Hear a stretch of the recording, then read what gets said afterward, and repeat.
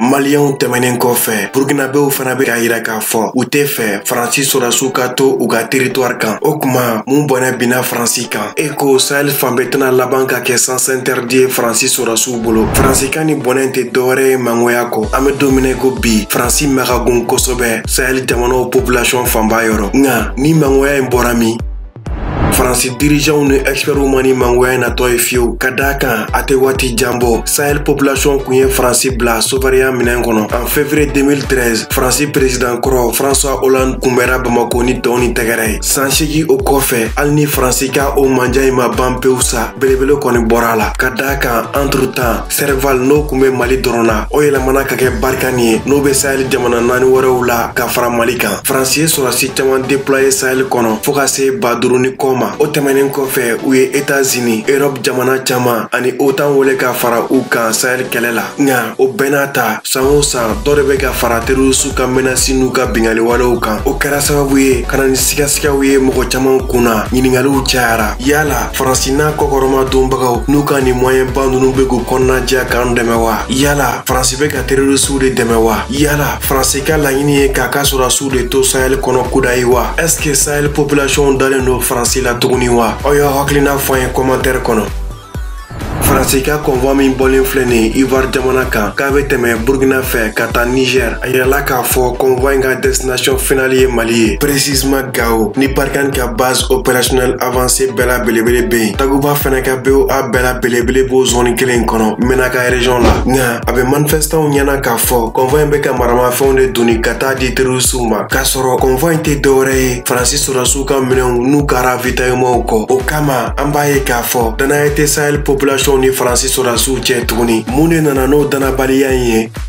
Faransi ka ministre Jean-Yves Le Drian kumacogo b'a yira k'a fɔ Faransi concurrents kɛrɛnkɛrɛnnenya la Irisiw k'olu de bɛ ka médiaw ni mɔgɔw financer walasa ka Faransi mankutu tiɲɛ Sahel ni farafinna kɔnɔ. Le Drian ka o kuma b'a yira k'a fɔ halisa tubabu kɛrɛnkɛrɛnnenya la Faransɛw tɛ k'an minɛ mɔgɔ hakilimaw ye minnu bɛ se ka kow taabolo jateminɛ ka hakili jagabɔ k'a dɔn an ka bɔ bɛ fɛn min na ani an ka bɔ tɛ fɛn mun na. Tubabu ka dirigeants kunna an t'a dɔn mun ka ɲi an ma ani mun man ɲi an ma. An ka kow man ka to an yɛrɛw bolo olu de kan ka na anw fɛ ka na an ka kow bɛɛ ɲɛnabɔ u sago la ka d'a kan olu dɔrɔn de b'a dɔn min ka ɲi an ma. O de kama sanga ni waati bɛɛ tubabu b'a fɔ k'olu bɛ leçon d'anw ma. CFA ni BCEAO contrôle tɛmɛnen kɔfɛ n'o ye ko kolomayɔrɔ ye u bɛ k'u ka mara taabolo imposer an kan an ka bɔ tɛ taabolo minnu na u bɛ dirigeants imposer an kunna an tɛ dirigeants minnu fɛ. O misali caman bɛ CEDEAO kɔnɔ an bɛ don min ko bi. Dirigeants minnu b'an ka baaraw kɛ an ɲɛ ma k'a sɔrɔ u ma tubabu ka intérêt kɛ priorité ye u bɛ fɛɛrɛ bɛɛ tigɛ walasa k'o dirigeant ninnu ka fanga tiɲɛ. O misali dɔ ye u bɛ fɛ ka jagoya kalafili min imposer an kan. Donc sani Le Drian ka baga Irisi ni Chinois ma k'a fɔ olu bɛ ka Faransi makutu tiɲɛni financer. Faransi ni tubabu jamana wɛrɛw bɛ média joli ani mɔgɔ lakodɔnnen joli financer k'u kɔkɔrɔma don. Munna o mɔgɔ ninnu tɛ ka se ka Faransi makutu tiɲɛni bali? Waati sera tubabu k'a faamu k'a fɔ médiaw ni parti politikiw ani association financeli dɔrɔn tɛ se k'u manja farafinna tant que u ma u yɛrɛ ka kɛwalew kɔlɔlɔ jate minɛ n'u yɛrɛ b'a fɔ ma remise en question ka sɔrɔ ka dɔn sen falen. Dɔ de bɛ fara u ka mangoya kan sinon fɛn tɛ bɔ a la. En tout cas Mali ni Burkina ka kɔsa in na événement kɛlen don ka Faransi kamana gan kosɛbɛ. An bɛ don min ko bi malgré que Faransi dirigeants bɛ mankan ci la fan bɛɛ fɛ u ta ye jɔrɔ ani maloya u jɔrɔna ko don ka d'a kan Faransi b'a dɔn k'a fɔ a mana yɔrɔ o yɔrɔ perdi Sahel ani farafinna kɔnɔ a ka concurrent dɔ de b'o yɔrɔ récupérer. Nka yala Faransi remplaceli ŋaniya n'a fanga bɛ o concurrent ninnu la wa? Yala danfara b'olu ni tubabuw cɛ wa? An bɛn'o détails d'aw ma ɲɛfɛ. Ko maloyala ko don ka d'a kan Faransi dara a yɛrɛ la ka taa Europe jamana caman wele ka na Sahel kɔnɔ. Olu fana dara Faransi la k'u ka sɔrɔdasiw bila ka na fara Faransi ta kan. Finalement n'a fɔra ko bɛ ka taa ka Faransi bolo da a bɛna kɛ sababu ye ka Faransi kumasuli a jɛɲɔgɔnw cɛ la minnu ye danaya d'a kan k'u ka sɔrɔdasiw kalifa a la Sahel kɔnɔ. An bɛn'o danaya in walawala ɲɛfɛ. Danaya in tiɲɛni bɛna kɛ sababu ye ka Faransi ka projet min bila danger la. An bɛn'o fana détails d'aw ma ɲɛfɛ. An balimaw sani an ka video in daminɛ an b'aw ladɔnniya k'a fɔ Mali Sadio dɛmɛbaga jɔnjɔn dɔ ye Aba Immobilier. k'i to kɔ kan ka so jɔ Mali la, ka dugukolo san Mali la, ka luwanse so ta, walima k'i ka so bila luwanse la Mali la. Aba Immobilier bɛ nin bɛɛ lajɛlen ɲɛnabɔ teliya ani jɛlenya kɔnɔna na. U filɛ nin ye Golfu la misiri wami kɛrɛfɛ. U ka nɛgɛjuru sira 79 48 55 54 walima 68 89 89 48. Mangoya min bɛ Faransi kan Sahel kɔnɔ bi, a kɔlɔlɔ fɔlɔfɔlɔ bɛna kɛ Barkhane ani Takuba sɔrɔdasiw n'u bolominɛw ka circulation gɛlɛyali ye.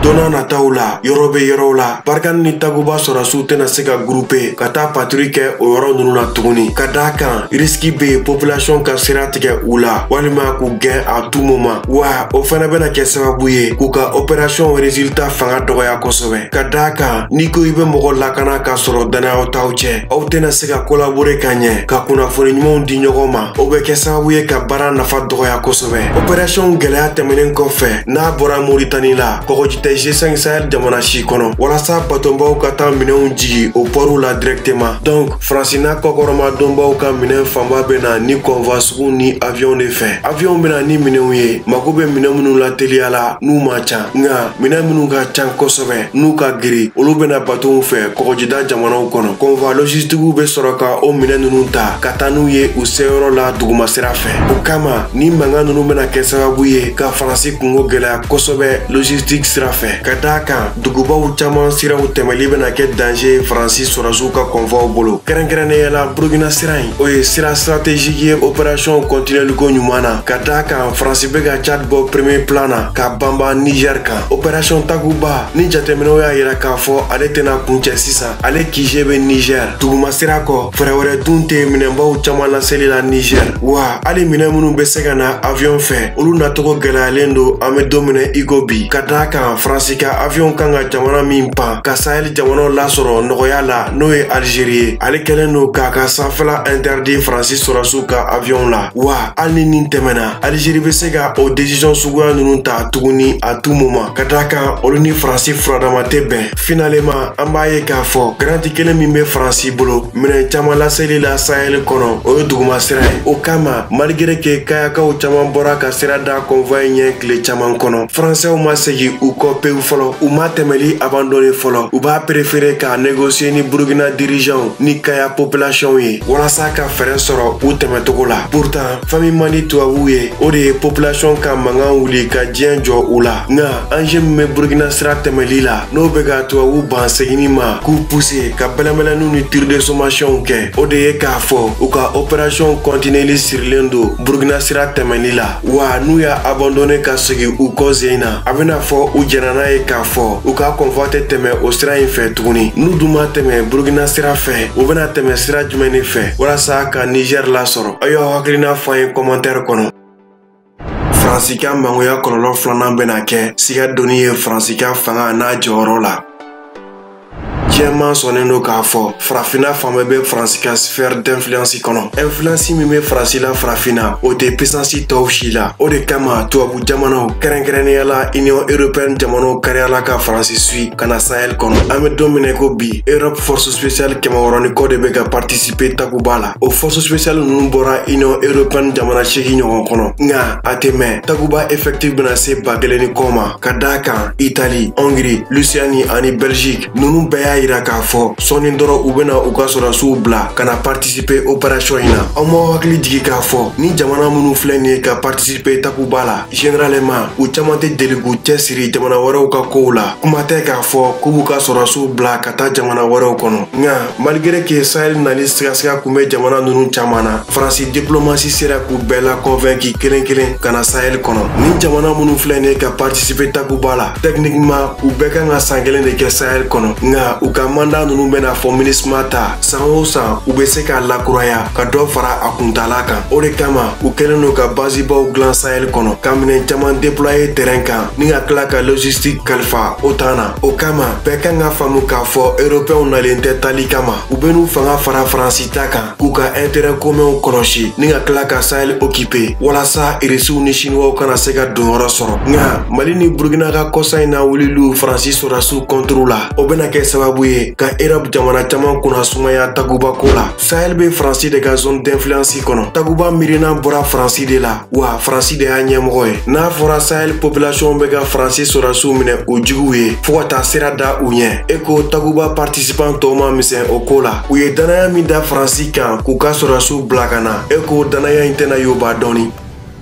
An kan ka dɔn fɛnɛ k'a fɔ Européens ka intérêt commun kɔlɔsili tɛmɛnen kɔfɛ Sahel kɔnɔ. Taguba ye tɛsi fɛnɛ de ye Europe jamanaw bolo k'u ka minɛnw tester wa o b'a la nka o dɔrɔn tɛ. K'u ka sɔrɔdasiw ka capacité opérationnelle tester terrain kan wa. Nin bɛɛ ye opération in nafa dɔ ye Européens kan. Nka fɛn wɛrɛ bɛ yen min ka bon ni nin bɛɛ ye. O de ye Union Européenne ka kɛlɛbolo créeli test ye. An bɛ don min na ko bi jamana 27 de bɛ Union Européenne kɔnɔ. U bɛ jɛn ka presque fɛn bɛɛ ɲɛnabɔ ɲɔgɔn fɛ fo défense.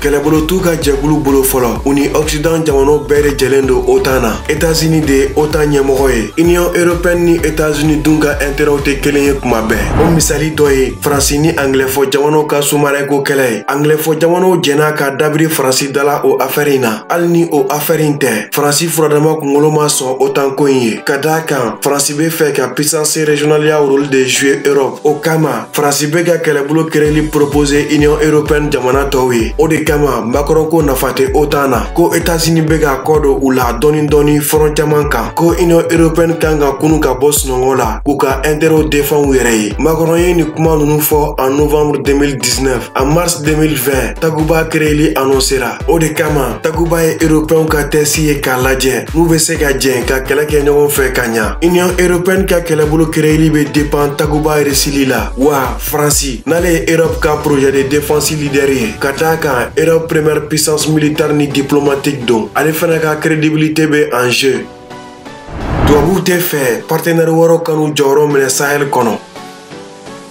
I n'a fɔ an kun delila k'a fɔ a ye cogo min na an ka video tɛmɛnenw la. Tubabuw ni Rusiw ani Chinois bɛ ɲɔgɔn sama minnu kɛ ɲɔgɔn ka zone d'influence kɔnɔ. C'est un jeu à somme nulle. O ye jeu mɔgɔ si man ka sɔn a daga to i la jeu min na. Ka d'a kan match nul tɛ wa tɔnɔ tɛ tila ani ɲɔgɔn cɛ. Ni yɔrɔ min tilali la i ka concurrent de b'o yɔrɔ récupérer. Tubabuw tɛ n'u retirer. Ka d'a kan u b'a dɔn k'a fɔ u mana espace fɛn o fɛn perdu Sahel kɔnɔ u ka concurrent b'u installer yen joona. O kama u bɛ ka siran kosɛbɛ Russie ni Chine ka influence ɲɛ farafinna. An bɛ don min na ko bi accord défensif bɛ Russie ni farafinna jamana caman cɛ. Russie ka Wagner bɛ jamana caman kɔnɔ wa Russiw de bɛ armes feere farafinna jamanaw ma ka tɛmɛ puissancew bɛɛ kan. An bɛ don min na ko bi sanni feerew bɛ Chine ni farafinna de cɛ kosɛbɛ ka tɛmɛ puissancew bɛɛ kan. Chine de bɛ usine ni pont ani siraba projet baw financer farafinna ka tɛmɛ puissancew bɛɛ kan. Wa base militaire kelen dɔrɔn de bɛ Chinois bolo Chine dugukolo kɔ kan. O bɛ farafinna yan nɔ Djibouti. I komi puissance ba fila ninnu bɛ ka tubabuw remplacer farafinna fan caman. Jean-Yves Le Drian ye ladilikan dɔ di farafinna jamanaw ma ko an k'an janto olu ka concurrent ninnu na kosɛbɛ. K'u maɲi wa k'u bɛ sɔn ko bɛɛ ma. A ko Rusiw ka Wagner mana taa jamana minnu kɔnɔ k'u b'u kɔngɔn fa o jamanaw ka dugu jukɔrɔfɛnw na. N'o ye tiɲɛ ye Russie jo t'a la. Nka apparemment Le Drian t'a kalama k'a fɔ olu ka entreprise b'o kelen de kɛ anw na yan. A ko fɛnɛ k'an k'an janto Chinois n'u ka jurujuguw la. Ko Chinois bɛ juru kasabiw don an na walasa an sirilen ka t'u la. N'o ye tiɲɛ ye Chinois jo t'a la. Mais apparemment Le Drian ɲinɛna k'a fɔ olu de b'an ka wari dilan. Anw ka souveraineté monétaire de b'olu bolo. An bɛ don min na ko bi kow taabolo fɛ tubabuw yɛrɛ b'a dɔn k'a fɔ u ni farafinw ka ni jɛ in tɛna laban. Population wulilen don k'u jɔ fan bɛɛ wa tubabuw ka concurrent pɛrɛnnen don k'u remplacer à tout moment. O kama week-end tɛmɛnen Le Drian ye nouveau deal ko kuma daminɛ ko farafinna ni Europe kan ka yɛlɛma don u ka jɛ taabolo la. O yɛlɛma in bɛna tali kɛ fɛn jumɛn de kan? Yala tubabuw bɛna an ka jamanaw bonya o jɛkura in kɔnɔ wa? Yala o jɛkura in bɛna kɛ jɛ ye an bɛɛ ka tɔnɔ bɛ min kɔnɔ wa? Aw y'aw hakilina fɔ an ye Le Drian ka nouveau deal ko in kan.